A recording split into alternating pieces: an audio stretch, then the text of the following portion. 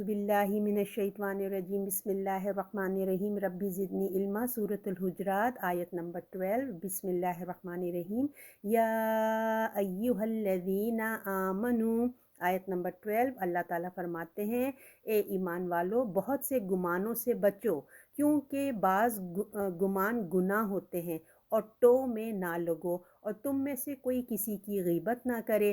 کیا تم میں سے کوئی اس بات کو پسند کرے گا کہ وہ اپنے مرے ہوئے بھائی کا گوشت کھائے؟ اس کو تم خود ناگوار سمجھتے ہو اور اللہ سے ڈرو، بے شک اللہ معاف کرنے والا رحم کرنے والا ہے۔ اس میں اللہ تعالیٰ فرماتے ہیں کہ اے ایمان والو، یعنی کہ اس میں ہمیں گمان کرنے سے نہیں روکا گیا ہے، بلکہ کہا جا رہا ہے کہ بعض گمان ایسے ہوتے ہیں جو تمہیں گناہ تک لے جاتے ہیں۔ اللہ نے خیالات پر پابندی نہیں لگائی، بلکہ کہا ہے سوچو مگر اچھا سوچو، کسی کے لیے بھی سوچو تو اچھا پازیٹیو سوچو، کیونکہ یہ دیکھیں یہ بدگمانی کیا ہوتا ہے ہمارے عملوں سے ایکشنز میں نا ظاہر ہونے لگتی ہے۔ پھر اس سے کیا ہوتے ہیں تعلقات، کیونکہ ہمارے فیس ہماری باڈی پہ آنے لگتے ہیں تو اس سے تعلقات بگڑ سکتے ہیں۔ تو مسلمان سے اپنا دل ہمیں ہمیشہ صاف رکھنا ہے، بدظنی بدگمانی نہیں کرنا ہے۔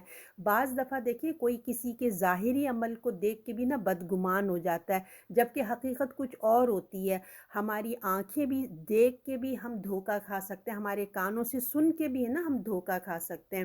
تو اللہ تعالیٰ ہمیں اسی لیے اس سے محتاط رہنے کے لیے کہہ رہے ہیں۔ تو آپ کو کسی پہ جیسے گمان ہو رہا ہے تو اپنے آپ سے ہم پوچھیں کہ کیا میں، پہلی بات تو آپ کسی سے ذکر نہیں کریں، اور اگر آپ کو کوئی فیصلہ ہی کرنا ہے تو ہم اپنے آپ سے پوچھیں کیا میں یہ ٹھیک کر رہی ہوں، گناہ تو نہیں کر رہی، کیا واقعی ایسا ہی ہوا ہے، کیا میرا فیصلہ ٹھیک ہے، اور اللہ سے ڈرتے رہیں اور سوچ سمجھ کر عمل کریں۔ جس کو اپنی دیکھیں آخرت کی فکر ہوگی نا، وہ اپنے دل دماغ زبان کو اس طرح آزاد نہیں چھوڑ دے گا، بلکہ سوچ سمجھ کے فیصلہ کرے گا۔ دوسرا حکم اللہ نے کہا ہے ٹو نہ لگاؤ، یعنی کہ تجسس نہ کرو۔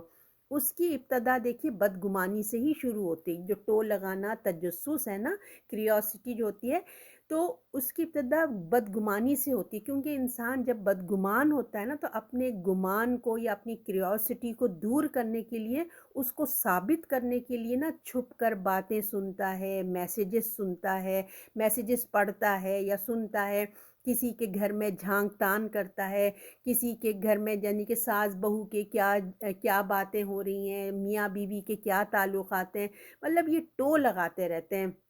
تو اس سے اللہ تعالیٰ نے منع فرمایا ہے کہ تم ایسے کام مت کرو۔ مگر دیکھیں بعض دفعہ اہم کچھ ضروری کاموں کے لیے یہ کام کرنا پڑتا ہے، تجسس ٹو لگانا پڑتا ہے۔ فار ایگزامپل اولاد کی تربیت کے لیے ضروری ہوتا ہے کہ ماں باپ کا ان کا جیسے ان کی ٹیچر سے آپ بات چیت کریں، ان کے فون کو چیک کریں، ان کے بیگ کو چیک کریں، ان کے دوست کون ہیں، ان کے دوستوں کے ساتھ ایکٹیویٹی کیا ہے۔ تو اس طرح سے بہت سے ایسے کام ہو جاتے ہیں جس میں انسان کو ضرورت ہوتی ہے۔ اور دوسری بات دیکھیے کوئی وکیل ہے، جیسے اس کو کوئی ثبوت جمع کرنے ہیں تو اس کو بھی ضرورت ہوتی ہے، کیونکہ سارا بیس ہی اسی پہ ہوتا ہے۔ تو ملکی مفاد کے لیے ہے نا، ایک حکومت کو بھی ملکی مفاد میں بھی اجازت ہے، مگر کسی کو بلیک میل نہیں کرنا چاہیے، اس کی اجازت نہیں ہے۔ تو اللہ نے جس چیز کے لیے اللہ نے کہا ہے کہ جس چیز پہ اللہ نے پردہ ڈال دیا ہے نا، تو مومن کو زیب نہیں دیتا وہ کوئی کھوج کریت کرے، تو اس کی کمزوری کو تلاش کرے۔ تو ہم کو جو ہے نا جو بھی کرنا ہے پازیٹیو وے میں کرنا ہے، جائز طریقے سے کرنا ہے۔ اگر ہم دیکھیں اس کو پازیٹیو میں استعمال کریں نا، ٹو لگانے کو، تجسس کو، تو اس کو کہتے ہیں ہم استعمال کرنے سے ہم کیا کریں گے، نئی نئی ایجادات کریں گے اور اچھا ہمارا دماغ اچھی جگہ پہ استعمال ہوگا۔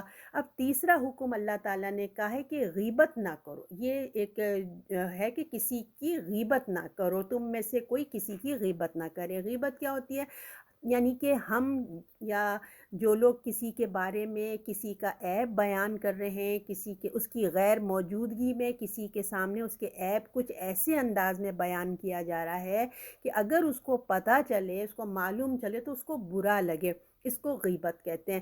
اور اگر جو آپ بیان کر رہے ہیں اگر اس کے اندر موجود ہی نہیں، یعنی کہ جھوٹ بات کر رہے ہیں، تو وہ ہوتا ہے بہتان۔ اور اگر آپ دو لوگوں کو لڑوانے کے لیے ایک کی بات دوسرے کو اس کی بات ادھر بتا رہے ہیں تو یہ ہے چغلی۔ تو ان تینوں کی بہت بڑی سزا ہے ہمارے دین میں۔ غیبت دیکھیے زبان کے اشاروں سے بھی کی جاتی ہے، انسان کی زندگی میں بھی ہو رہی ہوتی ہے اور اس کے مرنے کے بعد بھی ہوتی ہے۔ تو غیبت کرنا جو ہے نا ایک بزدلی کی نشانی ہے۔ وہ اس کے سامنے دیکھیے، انسان اس کے سامنے بولنے سے ڈرتا ہے، اس لیے کیا کرتا ہے اس کے پیچھے بات کرتا ہے، اور بات بھی اپنے ہم خیالوں سے کرتا ہے، کیونکہ اس کو اس پر اعتماد ہوتا ہے کہ وہ یہ بات اس پرسن تک نہیں بتائے گا۔ تو دیکھیں کیا ہوتا ہے، شیطان بڑا چاہتا ہے یہی نا کہ ہماری اعمال کسی نہ کسی طرح مائنس ہوتے رہیں۔ تو جب ہم باتیں شروع کرتے ہیں نا تو باتوں باتوں میں دیکھیے تبصرہ کرنا شروع کر دیتے ہیں، اور شیطان جو ہے ہم سے یہ کام کروا لیتا ہے۔ تو اب بات یہ ہے کہ ہم اس سے کیسے بچیں۔ تو سب سے پہلے بات تو دیکھیں ہمیں یہ کرنا چاہیے کہ ہم کسی پہ تبصرہ نہ کریں، ہے نا، اپنے دو پرسن بات کر رہے ہیں اپنی حد تک بات رکھیں۔ ہمیں اپنے جو ہم کسی سے بات کریں تو ہماری گفتگو کا ٹائم جو ہے نا وہ کم سے کم ہونا چاہیے۔ جتنی لمبی گفتگو کریں گے سمجھے تھرڈ پرسن اس کے اندر شامل ہو سکتا ہے، اور جو ہے اگر ہم تھرڈ پرسن کے بارے میں ایک بات بھی کرتے ہیں نا، چلیں بات بھی کرتے ہیں تو اچھی پازیٹیو بات کریں، اس کی اچھائیاں کو بیان کریں، نہ کہ اس کی خامیوں کو، اس کے عیب کو۔ اور پھر آپ دیکھیں یہ جو غیبت ہوتی ہے نا، سمجھ لیں کریڈٹ کارڈ کی طرح ہوتی ہے کہ ہم بیٹھے بٹھائے اپنے جو نیکیاں ہیں نا اس کے اکاؤنٹ میں ہم ٹرانسفر کر رہے ہوتے ہیں۔ اگر ہم واقعی ہم چاہتے ہیں اس شخص کی اصلاح چاہتے ہیں نا، تو اس کی اگر ہم خیر خواہی چاہتے ہیں تو اس کو ہم حکمت کے ساتھ، سمجھداری کے ساتھ، اچھے وقت میں اس کو یہ ہم بتائیں تاکہ وہ اپنی اصلاح کر سکے، ہے نا، کیونکہ مسئلہ اسی کا ہے، اسی کو بتائیں گے تو مسئلہ حل ہوئے گا نا۔ ہم اس کو چھوڑ کے ادھر ادھر اتنی باتیں کرتے ہیں، وہ مسئلہ اپنی ہی جگہ رہتا ہے۔ تو لہٰذا اچھے حکمت کے ساتھ اپنی دوستی بھی دیکھیں کہ کس طرح کے ہمارے ریلیشن ہیں، تو اس کو اگر آپ کر سکتے ہیں تو اچھی طریقے سے اس کو بات سمجھائیے۔ اور دیکھیے غیبت بھی نا ضرورت کے تحت ہم بول سکتے ہیں، ٹھیک ہے، مثلاً مظلوم کا حق ہے کہ وہ اپنا جو بھی ظلم ہوا ہے وہ ذکر کرے، تو ایسے ایسے اس انسان کے سامنے ذکر کرے جو اس کا حل اس کا تلاش کر کے، مثلاً میاں بیوی میں جھگڑا ہو گیا، ساس بہو میں جھگڑا ہو گیا، تو اب ان کو مسئلے کا جو حل نکلوانا ہے دو لوگوں کے جھگڑے کو، تو کیسے ہوگا؟ یقیناً کوئی ایسے پرسن سے بات کریں گے تو وہ حل نکلے گا نا، تو اس میں اجازت ہے۔ اور گواہی دینا، کہیں گواہی دینا ہے تو ہم کو ضرورت پڑے تو ہم کر سکتے ہیں۔ اور بچوں کی شادیوں کے وقت ہوتا ہے، اگر کوئی رشتہ آیا ہے ہم کسی سے جا کے پوچھ گچھ کرتے ہیں کہ بھائی یہ رشتہ آیا، یہ کیسے ہے، لڑکا کیسا ہے، لڑکی کیسے ہے۔ اگر آپ اس کے بارے میں جانتے ہیں، کوئی نیگیٹو پوائنٹ جانتے ہیں اور کوئی آپ سے پوچھ رہا ہے تو آپ ضرور یہ بتائیں، یہ آپ کی ذمہ داری ہے کہ اس کو آپ بتائیں کہ آپ کے اس بچے میں یہ کمی ہے، ٹھیک ہے۔ اگر کوئی پوچھے، بغیر پوچھے تو آپ نہیں بتا سکتے۔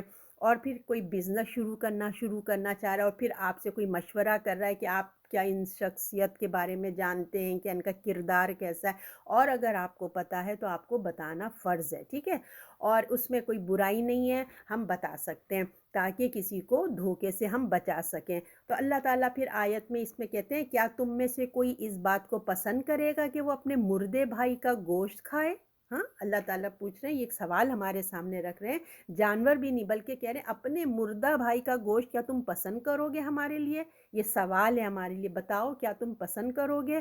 فار ایگزامپل ایک مردہ پڑا ہوا ہے، آپ ایک اس کا گوشت کا ٹکڑا نکال دیں تو بتائیے وہ کیا کر سکتا ہے؟ وہ تو بیچارہ بے بس ہے نا، وہ تو کچھ نہیں کر سکتا۔ تو اللہ تعالیٰ کہہ رہے ہیں کیا تم وہ کاٹ کے کھانا پسند کرتے ہو؟ تو یہ مثال اس لیے دی جا رہی ہے کہ دیکھیں وہ مردہ جو ہے نا اپنا دفاع نہیں کر سکتا، وہ بیچارہ اٹھ کے آپ سے اپنا نہیں لڑائی کر سکتا کہ تم نے کیوں کاٹا مجھے۔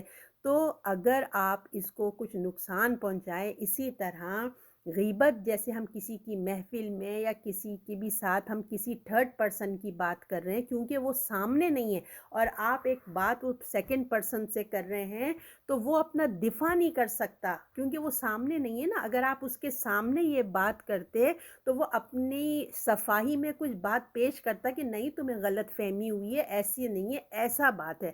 تو جو کچھ بھی تھا وہ سامنے بیان ہوتا ہے، کیونکہ وہ یہ اپنا پروٹیکشن نہیں کر سکتا، اس لیے اللہ تعالیٰ نے فرمایا ہے کہ یہ مردہ بھائی کا گوشت کھانے کی طرح ہے، کیونکہ وہ سامنے ہے نہیں، تم اس کا جو جی میں آئے کہے جا رہے ہو۔